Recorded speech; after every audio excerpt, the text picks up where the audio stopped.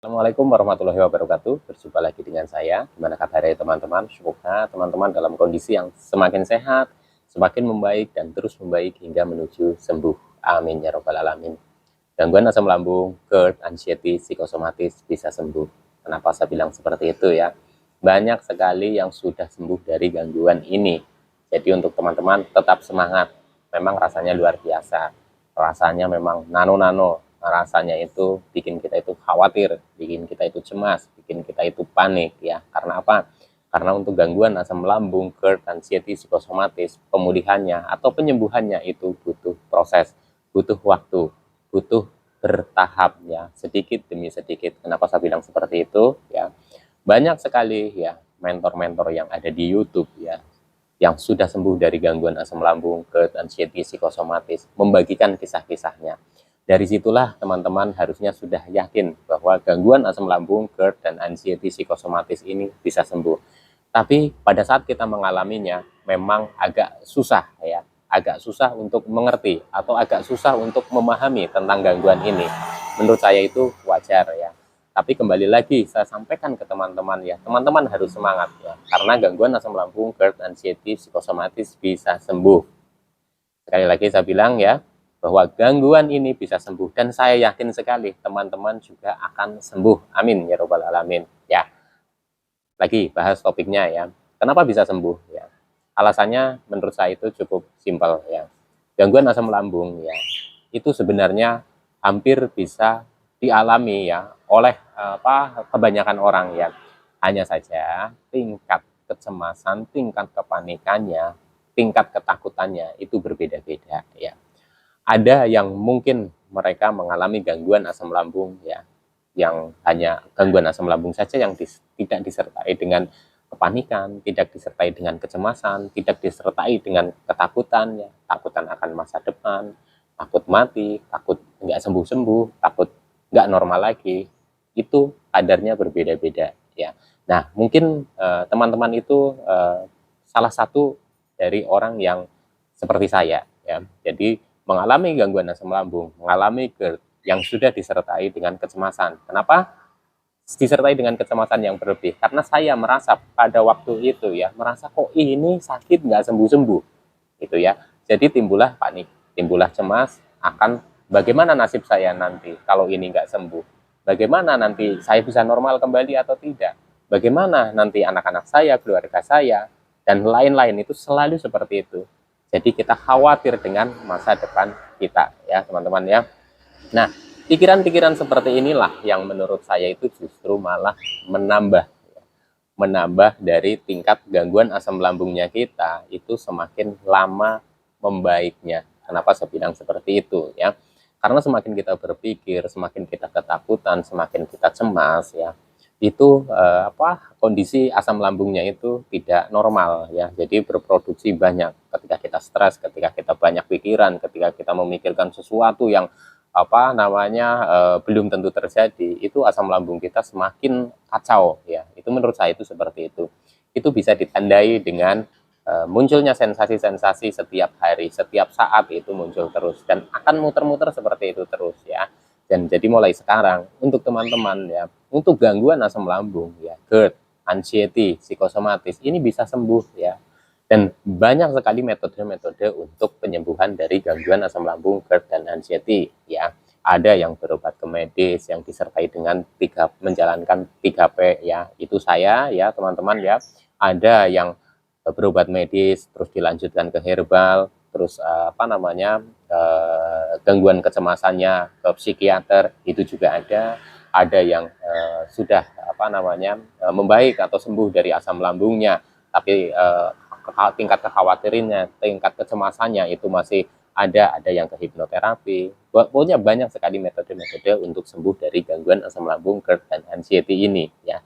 Nah, untuk teman-teman, saya harap teman-teman itu tetap yakin ya, tetap percaya diri, dan tetap konsisten ya. Konsisten dengan apa yang teman-teman itu yakini. Contoh misalkan teman-teman meyakini bahwa saya bisa sembuh dengan saya itu menerapkan pola hidup sehatnya ya, pola makan yang teratur, terus pola pikir yang positif. Ya, teman-teman itu telatenin ya, konsistenkan gitu ya. Dan untuk teman-teman yang mungkin sekarang sedang berobat ke dokter ya, dokter itu juga ditelatenin ya, ikutin saran-sarannya gitu ya, dibarengi dengan menerapkan 3P secara konsisten. Insya Allah nanti juga akan membaik ya. Dan ketika kita sudah membaik, tingkat kecemasan kita juga sudah menurun ya, terus tingkat kepanikannya juga sudah menurun, insya Allah nanti juga akan berangsur-angsur teman-teman itu akan sembuh ya. Amin ya robbal alamin. Kembali lagi ya, kenapa bisa sembuh? Banyak sekali yang sudah sembuh dari gangguan asam lambung, GERD, dan anxiety. Rata-rata mereka tidak menyadarinya kapan sembuhnya. Nah, dari sinilah kita bisa ambil ya, kita bisa ambil kenapa kebanyakan orang sembuh dari gangguan asam lambung, GERD, dan anxiety itu tidak menyadari kapan sembuhnya. Karena pada saat kita itu mengalami gangguan asam lambung, GERD, dan anxiety, kita sudah menjalankan metode penyembuhan ya, kita jalani secara konsisten itu pemulihannya itu memang sedikit demi sedikit gitu ya, dan itu tidak disadari ya teman-teman ya, tidak disadari. Tahu-tahu oh saya yang biasanya sensasi seperti ini kok sudah mulai berkurang, saya sudah biasanya ada rasa seperti ini di jam-jam segini kok sekarang sudah nggak merasakan lagi. Nah disitulah penting sekali ketika kita menghadapi gangguan asam lambung, GERD, dan anxiety ya, psikosomatis, kita alihkan dengan kegiatan-kegiatan yang bisa menghibur ya, atau kegiatan-kegiatan yang mungkin teman-teman itu senangi. Intinya kegiatan yang positif tapi ya teman-teman ya. Kegiatan-kegiatan itu bisa mengalihkan ketika kita itu di jam-jam sekian atau di waktu-waktu sekian atau di pas munculnya sensasi, ini rawan muncul sensasi, itu bisa dialihkan seperti itu. Jadi kita tidak mengingat-ingat terus apa yang sedang kita alami, walaupun kadang terasa kita itu langsung waduh kok ini terasa lagi gitu ya. Jangan seperti itu menurut saya ya teman-teman. Awal-awal memang akan susah tapi harus dilatih. Jadi ketika teman-teman merasakan sesuatu, oh iya ini karena saya itu cemas ya, atau oh iya saya tadi habis makan ini. Jadi disadari saja, oh kenapa itu muncul sensasi, teman-teman itu harus sadari pemicunya dari mana gitu ya. Karena kalau kita sudah mengenali pemicunya, saya yakin teman-teman itu akan lebih cepat sembuhnya. Kenapa saya bilang seperti itu ya? Untuk penderita gangguan asam lambung ya, GERD ya, anxiety psikosomatis ya, walaupun sudah sembuh, apakah ada kemungkinan untuk kumat lagi? Sangat mungkin sekali ya. Makanya penting sekali kita itu mengenali ya pemicu-pemicu yang bisa bikin kita itu kambuh lagi atau bikin kita itu drop lagi. Yang sudah membaik drop lagi, membaik lagi drop lagi, yang sudah sembuh bisa kumat lagi. Dan saya kenapa saya bilang seperti itu ya, saya harapkan saya juga tidak akan kambuh lagi ya, yang saya harapkan kan itu seperti itu ya. Tapi yang namanya orang biasanya ketika kita sudah merasakan enak, itu terjadi pada saat saya di fase penyembuhannya. Ketika saya sudah merasakan enak, oh ya saya makan ini nggak apa-apa, makan ini nggak apa-apa. Jadi makanan-makanan yang tadinya saya hindari, yang saya pantang, yang itu memicu gangguan di lambung, memicu asam lambung yang tinggi gitu ya, itu saya sudah bisa makan, akhirnya keterusan karena saking enak ya, saya makan lagi, dan aduh kok jadi nggak enak lagi nih, perut lagi jadi cemas lagi, jadi panik lagi. Tapi karena sudah sedikit paham tentang gangguan asam lambung ya, oh iya disadari saja, oh iya pantesan tadi saya habis makan nasi pecel yang pedas, oh iya pantesan tadi saya habis makan gulai yang pedas, yang bersantan, yang berlada. Ya itu bisa saja terjadi seperti itu, menimbulkan sensasi, terus kita itu cemas, kita itu panik lagi. Terus ada lagi ya, ketika kita sudah merasakan tidak ada sensasi ya, sensasi di fisik. Tapi ketika kita itu mungkin sedang ngobrol kayak, atau kita sedang ketemu siapa atau ketemu siapa lagi, tidak ada apa-apa kok tiba-tiba cuma hanya kerasa mungkin di perut tiba-tiba sreset gitu dikit, udah langsung cemas, udah langsung panik, udah gelisah, sudah pinginnya itu pulang, pinginnya waduh ini kenapa, harus mikirnya seperti itu lagi. Nah ini dibalik ya, jadi ketika teman-teman sudah merasa membaik, sudah enak ya, terus teman-teman ya pasti masih adalah gangguan kecemasan itu sedikit-sedikit itu masih ada. Nah ketika teman-teman merasakan seperti itu, oh iya nggak apa-apa, ini sedikit mencolek, ini sedikit nyenggol, ini nggak apa-apa, jangan langsung cemas ya teman-teman, insya Allah itu nggak apa-apa. Teman-teman berapa lama mengalami seperti ini, sensasi seperti ini, tentunya teman-teman itu sudah mulai paham ya, mulai paham apa ini yang jadi pemicunya. Jadi untuk saya pun ya, ketika saya sudah merasakan wah ini alhamdulillah sudah membaik, sudah sembuh gitu ya. Tapi tetap saja saya untuk masalah yang namanya pola makan, walaupun saya sudah bisa makan yang pedas, yang asam, sayur pecel, terus apa namanya pecel lele, pecel ayam, rujak gitu. Tapi ya tetap dengan porsi yang dibatasi. Sama juga dengan apa namanya pikiran saya. Saya jaga jangan sampai dengan terlalu stres, terlalu banyak pikiran gitu ya. Karena apa?